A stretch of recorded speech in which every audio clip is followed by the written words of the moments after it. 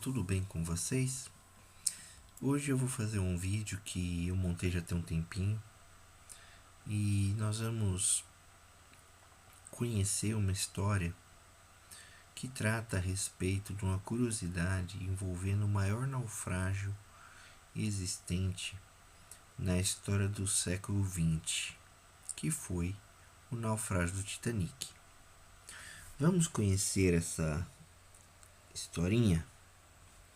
É bem interessante e curiosa. Mais perto quer estar a música no naufrágio do Titanic. O hino da coragem e da fé. Bom, o naufrágio.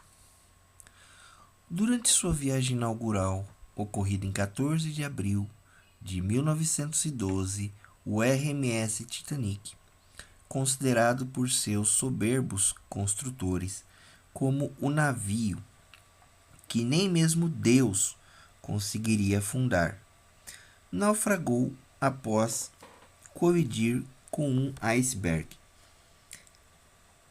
matando 1.517 pessoas das 2.208 que iam de Southampton, Inglaterra, para tentarem uma vida nova em Nova York, nos Estados Unidos.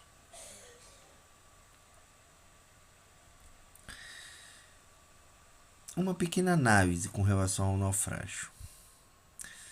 De acordo com os registros, de 2.208 passageiros que partiram, 1.517 morreram, havendo apenas 691 sobreviventes na tragédia. No vídeo do filme de James Cameron, ele mostra que durante o naufrágio, toda a história do filme ela se passa baseando-se de certa forma também na questão da classe, diferenças de classes. Quando você olha a estrutura no vídeo do filme, você tinha a classe alta, que ocupavam o topo das cabines do convés principal, onde havia muito luxo, muita bebida, muita comida, cassinos caros dentro do navio, enfim. Aí você tinha a segunda classe e a terceira classe, que era aquele povo que realmente estava ali tentando uma vida nova nos Estados Unidos, Pessoas que estavam desempregadas, que às vezes usaram as últimas economias ou parte delas para comprar passagem para os Estados Unidos e tentar lá uma vida nova. E durante o filme, quando começa a se baixar os botes salva-vidas, você vê que o número de pessoas nos botes era muito inferior à sua capacidade total. E somente após, acho que mais da metade dos botes salva-vidas, que inclusive eram insuficientes para a tripulação total do navio, somente após a metade dos botes existentes terem sido baixados com menos de meia carga, é que passaram-se a colocar carga total nos botes. Então você vê que, fazendo uma conta rápida, 2.208 passageiros eram o total da viagem, 100%. Nós temos 1.517 mortos, ou seja, quase 70% dos passageiros morreu naquele naufrágio. por negligência da própria tripulação na hora de liberar os passageiros, inclusive dando preferência. Primeiro baixaria toda a primeira classe, depois toda a segunda classe e por último, né, o pessoal da terceira classe, que durante a viagem eram proibidos, né? O pessoal da segunda não se misturava com o da primeira, o pessoal da terceira não se misturava com nenhuma das outras classes do navio.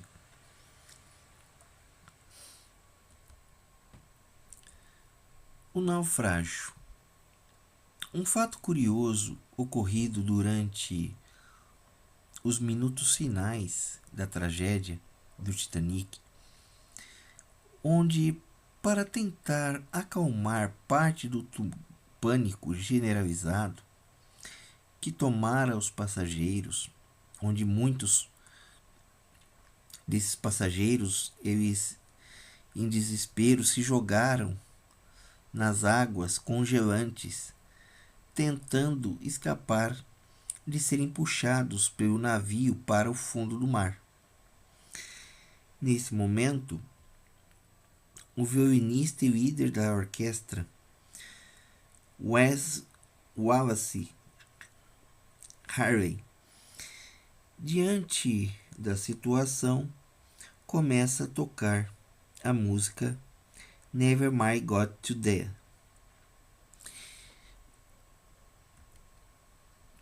Never My God Today. Quais os mistérios que envolvem essa música que Harvey inspirou-se a tocar antes de naufragar com o navio? Bom, histórico. A música em si foi composta por Sarah Flower Adams em 1841. Never My God Today, ou Mais Perto de Ti Quero Estar, se tornou um dos hinos religiosos mais conhecidos do mundo. Sarah Flower Adams foi nascida em 22 de fevereiro de 1805, em Old Harrow, Essex, e foi batizada em setembro de 1806 na Capela Independente de Water Lane, em Bishops, Stanford. Ela era a filha mais nova do editor radical Benjamin Flower e de sua esposa Eliza Gold. Sua avó paterna, Martha, era irmã dos ricos banqueiros William Flower e Richard Flower,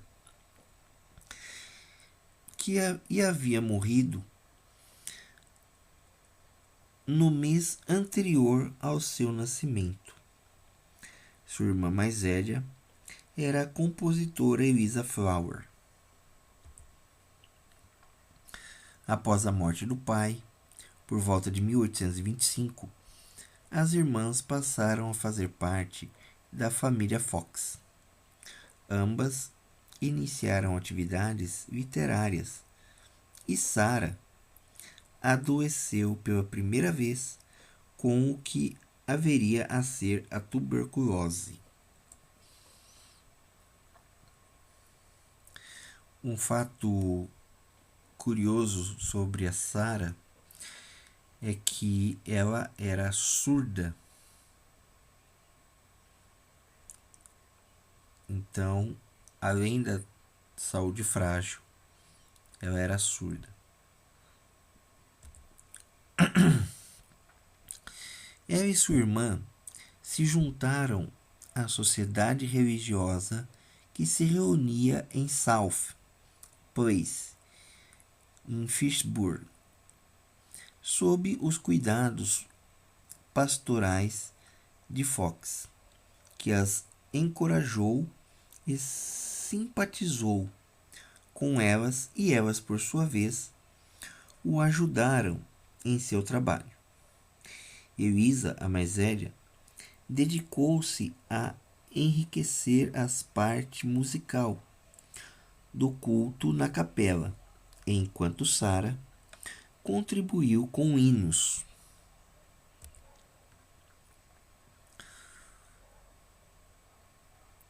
Fox foi um dos fundadores da Westminster Review e sua revista unitarista, o Monthly Repository. Publicou ensaios, poemas e contos de William Bridges Adams, polemista e engenheiro ferroviário, a quem Sara conheceu na casa de sua amiga, a filósofa feminista Harriet Taylor Mill. Em 1841, ela publicou sua obra mais longa, Vivia Perpétua, um poema dramático. Nela, uma jovem esposa que se recusa a submeter-se ao controle masculino e a renunciar às suas crenças cristãs é condenada à morte. Ela contribuiu para a Westminster Review, incluindo uma crítica à poesia de Elizabeth Bennet Browning, e escreveu versos políticos, alguns para a Liga anti a Lei do Mídio. Sua obra frequentemente defendia a igualdade de tratamento para as mulheres e para a classe trabalhadora. A pedido de seu pastor, ela também contribuiu com 13 hinos para a compilação preparada por ele para uso em sua capela, publicada entre 1840 e 1841, em 2 partes, 6 na primeira e 7 na segunda.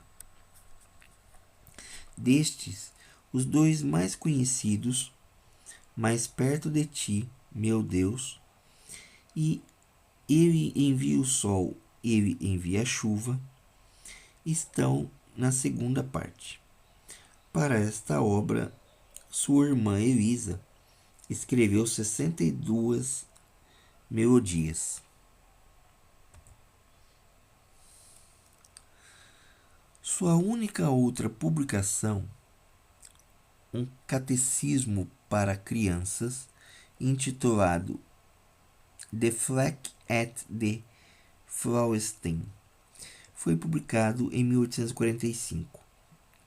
Seu hino, Never My God to Thee, foi apresentado aos cristãos americanos no Server's Book, publicado em 1844 pela revista James Freeman Clark, D.D., de Boston, Massachusetts, de onde logo foi transferido para outras coleções.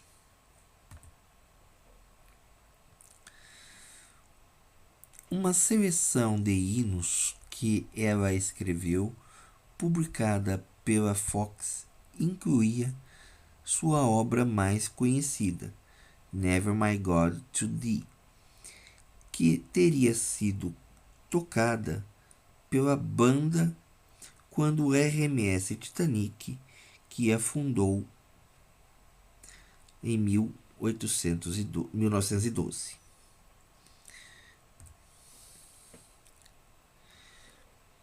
Ela morreu em 14 de agosto de 1848, aos 43 anos, de tuberculose, e foi sepultada ao lado da irmã e dos pais no cemitério da rua Foster, perto de Harrow. Em seu túmulo foi cantado o único outro hino dela que era amplamente conhecido: Eu envio o sol, eu envio a chuva. A inspiração. A conexão com o sonho da escada de Jacó. Gênesis 28, 11 a 19. Como a história do exílio de Jacó inspirou a letra sobre encontrar conforto na perseverança de Deus, mesmo nas dificuldades. No caso, na presença de Deus, mesmo nas dificuldades. Então, aqui, a inspiração ela se baseia na busca pelo consolo pessoal. Sarah escreveu o hino em 1841, em uma fase marcada por perdas significativas em sua vida. Ela havia perdido sua mãe e pouco tempo depois sua irmã, o que a deixou profundamente abalada e reflexiva sobre a fragilidade da vida e a necessidade de uma conexão espiritual mais profunda com o divino. O pedido do pastor. O hino foi composto a pedido de seu pastor William Johnson Fox, que buscava uma nova composição baseada na história bíblica de Jacó, Gênesis 28, para ser utilizada no culto de sua congregação. A transposição bíblica. Sarah utilizou a narrativa da escada de Jacó como metáfora central, assim como Jacó, que encontrou Deus em um momento de desamparo e solidão durante sua fuga. O hino foi concebido para transmitir a ideia de que, mesmo em meio à dor, à perda ou a um exílio, o fiel pode encontrar uma escada que o une à presença de Deus.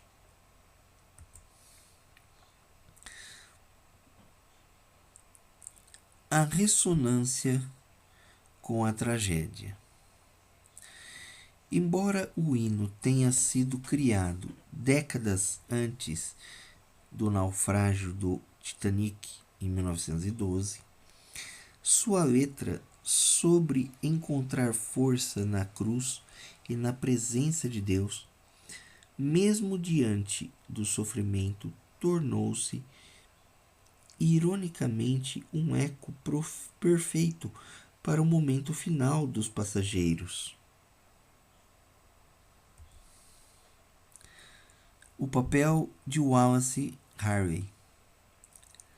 A associação com o Titanic ocorreu porque o maestro da orquestra do navio, Wallace Harvey, era um homem de fé que, segundo relatos, admirava profundamente o hino.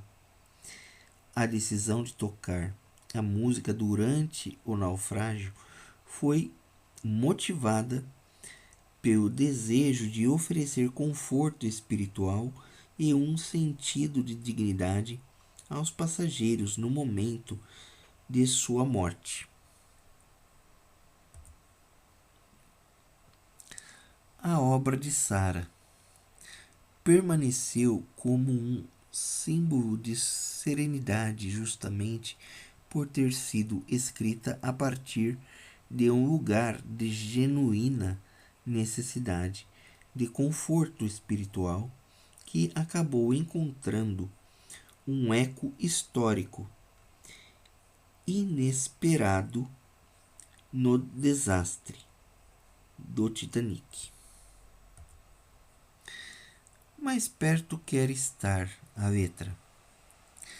Mais perto quer estar, meu Deus, de ti, ainda que seja a dor que me une a ti.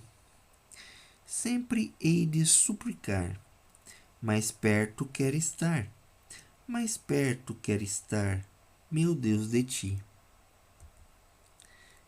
Embora, como Jacó no céu, sonhar, se a cruz me obrigue a sofrer, eu vou cantar. Mais perto quer estar, mais perto quer estar, mais perto quer estar, meu Deus, de ti.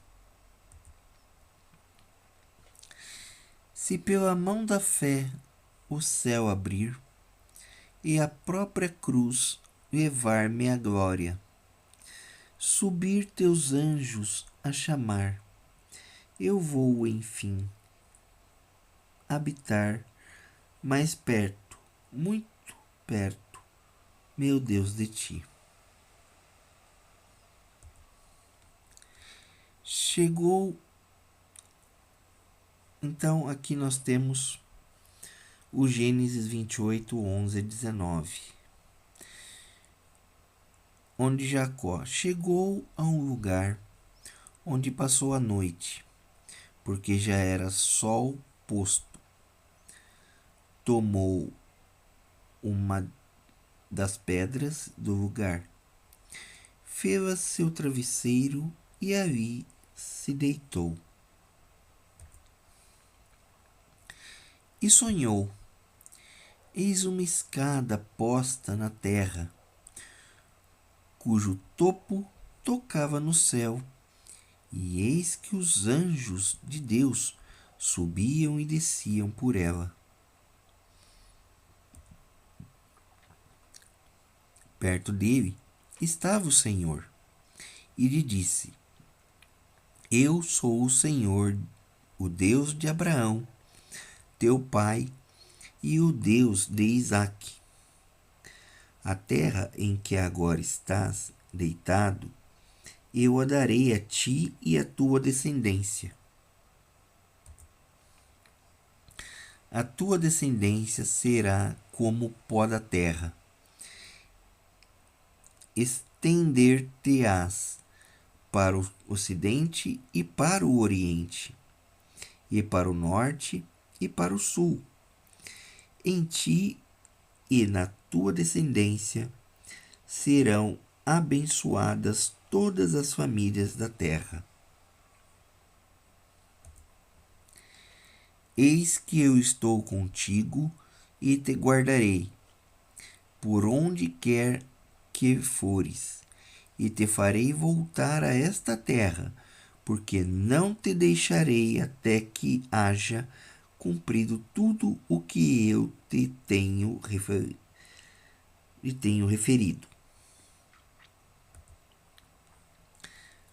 Despertado Jacó do seu sono, disse: na verdade, o Senhor está neste lugar, e eu não o sabia.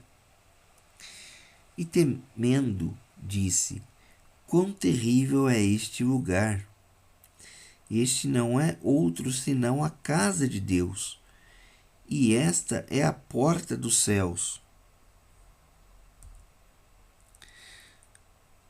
Tendo-se levantado Jacó de madrugada, tomou a pedra que pusera por travesseiro e a erigiu em coluna, derramou-lhe azeite em cima.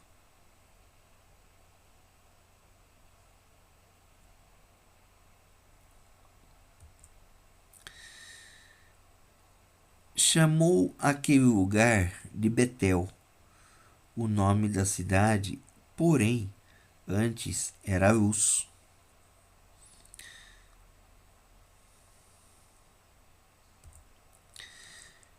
A essência. O coração da letra. A análise dos temas do hino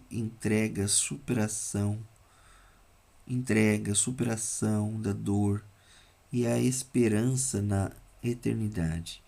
O que a música quer transmitir aos ouvintes? O mito é a realidade, a conexão com o Titanic. A noite de 14 de abril de 1912, o cenário do naufrágio, o desespero dos passageiros e a necessidade de acalmar a multidão enquanto o navio afundava. Bom, aqui é um fato interessante, é você tentar acalmar diversas pessoas desesperadas. O navio estava afundando. Nos momentos finais ele já havia adernado, ou seja, ele já havia inclinado, né? Muitas pessoas estavam caindo porque não tinham onde se segurar no convés. Muitos desesperados estavam pulando do navio, né? E mesmo assim, nesse momento, diante de tal situação, os membros da orquestra, para tentar reduzir aquela situação e facilitar um pouco o trabalho de alocação nos poucos botes salva-vidas que ainda tinham, começaram a tocar para tentar chamar a atenção dos passageiros e tentar gerar uma calmaria naquele caos. A lenda do Wallace Harvey. A figura do maestro e violonista, a decisão heróica de permanecer tocando com sua orquestra para confortar as pessoas até o último momento. Fato e ficção. A história da música tocada enquanto o RMS Titanic afundava na noite de 14 de abril de 1912 é um dos episódios mais debatidos e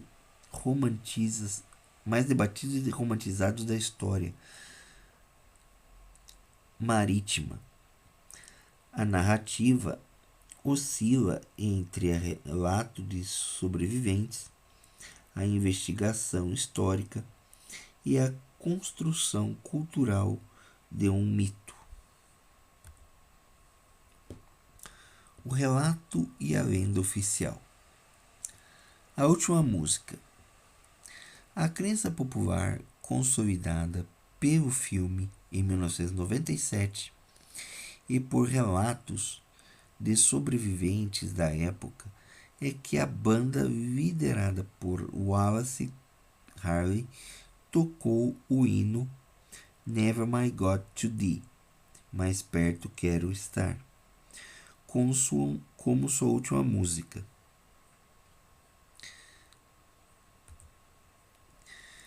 O debate entre versões. De um lado nós temos a versão de Never My God to Thee.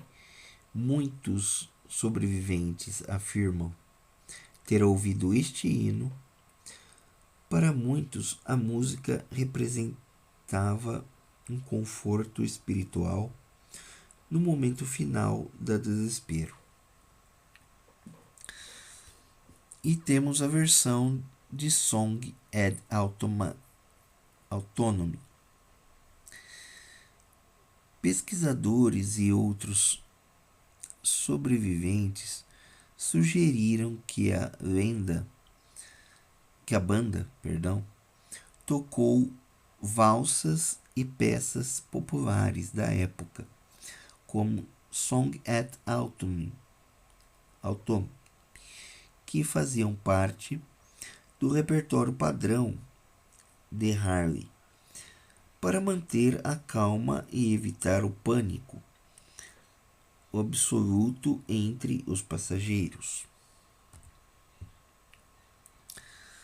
A construção do mito. A imprensa da época rapidamente elevou o ato dos músicos ao status de heroísmo sacrificial. A imagem da banda tocando enquanto o navio submerge tornou-se um símbolo poderoso de dever, coragem e dignidade humana diante da morte inevitável. O que é considerado historicamente real? A presença da banda. É um fato documentado que os músicos permaneceram em seus postos e tocaram até o momento em que o convés foi inundado. Nenhum dos 8 músicos sobreviveu ao naufrágio. O propósito da música.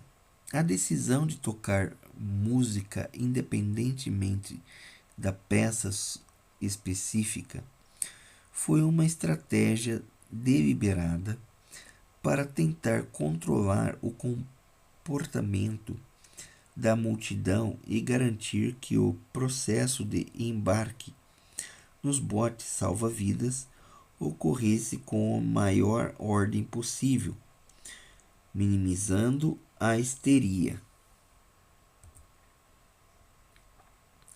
Ambiguidade. Não existe um registro oficial único ou uma gravação que confirme qual foi exatamente a última melodia. A música, nesse contexto, transita de uma ação prática de gerenciamento de crise para uma metáfora espiritual da esperança na eternidade que sobreviveu à tragédia. Em última análise, o que se tomou a lenda não diminuiu o fato histórico do sacrifício dos músicos. O debate sobre qual música foi tocada reflete menos um erro histórico e mais a necessidade humana de encontrar significado e conforto na tragédia, transformando o som do sofrimento no som da esperança. Como o hino se tornou o símbolo definitivo de dignidade e coragem diante da morte na cultura popular? O hino tornou-se símbolo definitivo da dignidade e coragem diante da morte na cultura popular através de um processo de construção de significado que fundiu o sacrifício real da banda do Titanic como conforto espiritual oferecido pela letra da música. A transição desse hino de uma composição religiosa para um ícone cultural ocorreu da seguinte forma: o heroísmo documentado, a confirmação histórica de que os 8 músicos permaneceram em seus postos e continuaram a tocar até o momento em que o convés foi inundado, consolidou a imagem de um dever cumprido com serenidade. Gestão de crise e ordem. A decisão de utilizar a música como uma estratégia prática para tentar controlar o comportamento da multidão e evitar o pânico durante o naufrágio e levou o ato dos músicos ao status de um esforço nobre de preservação da dignidade humana diante da morte iminente. Significado cultural e espiritual. Independente da melodia exata tocada no momento final da associação, como mais perto quer estar, permitiu que o público transformasse o evento trágico em uma narrativa de esperança na eternidade, criando uma metáfora poderosa de fé que supera a tragédia física. Construção pela imprensa e relatos.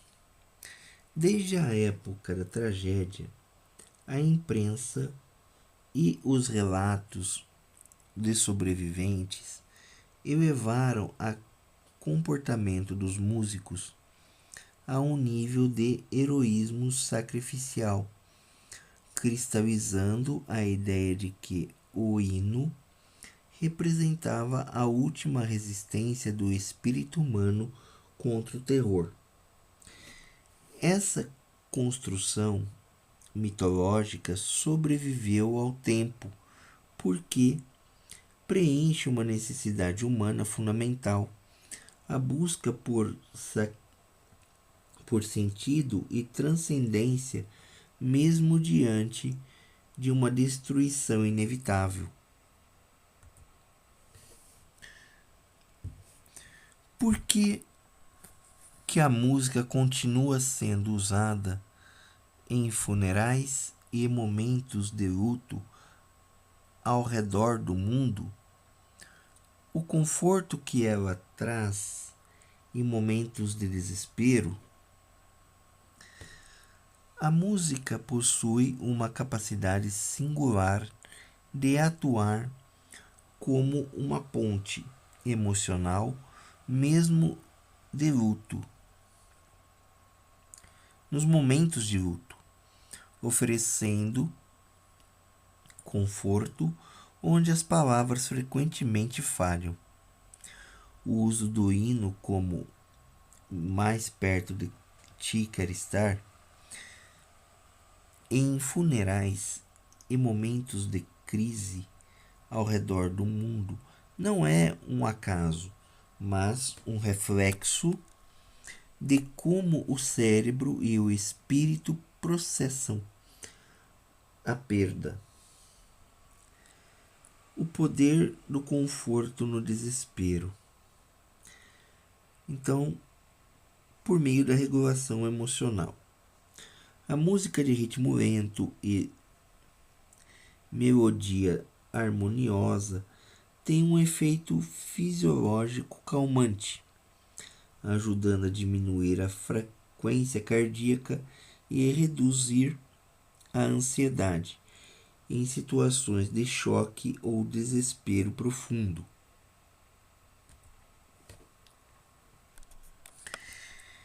Externalização da dor.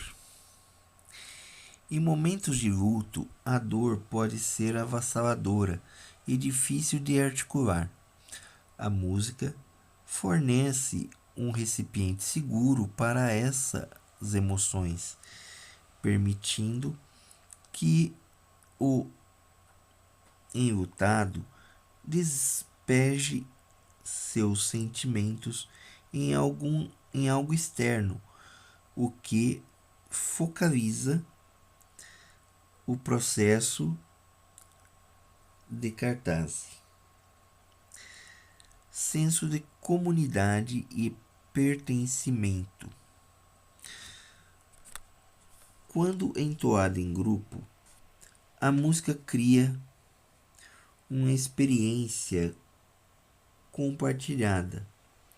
Ela lembra ao enlutado de que ele não está sozinho em sua dor, diminuindo o isolamento que frequentemente acompanha o luto. transcendência e esperança. Hinos, em particular, carregam uma narrativa de esperança que vai além da realidade física imediata. Eles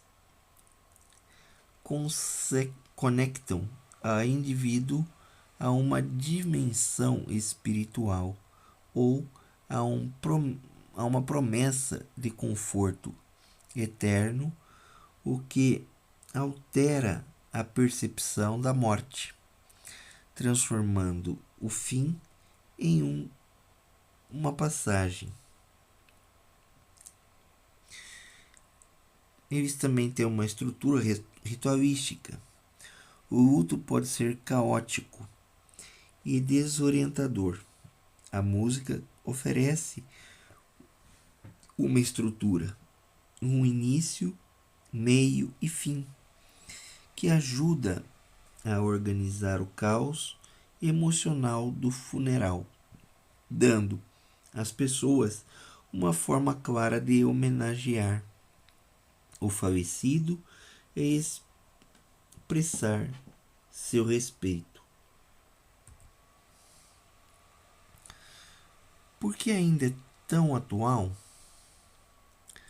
a música continua sendo usada porque ela fala uma linguagem que contorna a intelecto e vai direto à parte do cérebro que lida com memórias e emoções profundas. No contexto do Titanic ou no sonho de Jacó, a música não é apenas um adorno, ela é um instrumento de sobrevivência psicológica. Ele permite que a pessoa mantenha sua dignidade e foco, mesmo quando o mundo ao redor parece estar desabando. Bom, pessoal, então esse foi o nosso vídeo. Eu espero que vocês gostem, curtam, comentam, compartilhem. Nos vemos na próxima atividade ou no próximo historinha, no próximo vídeo, tá bom? Um abraço a todos e até lá. Se você gostou desse vídeo, curta, comente, compartilha, deixe seu like para que mais pessoas possam ter acesso aos nossos vídeos aqui do canal. Não esqueça de assistir também os outros vídeos aqui nas thumbs. Um abraço, fique com Deus e até o próximo vídeo.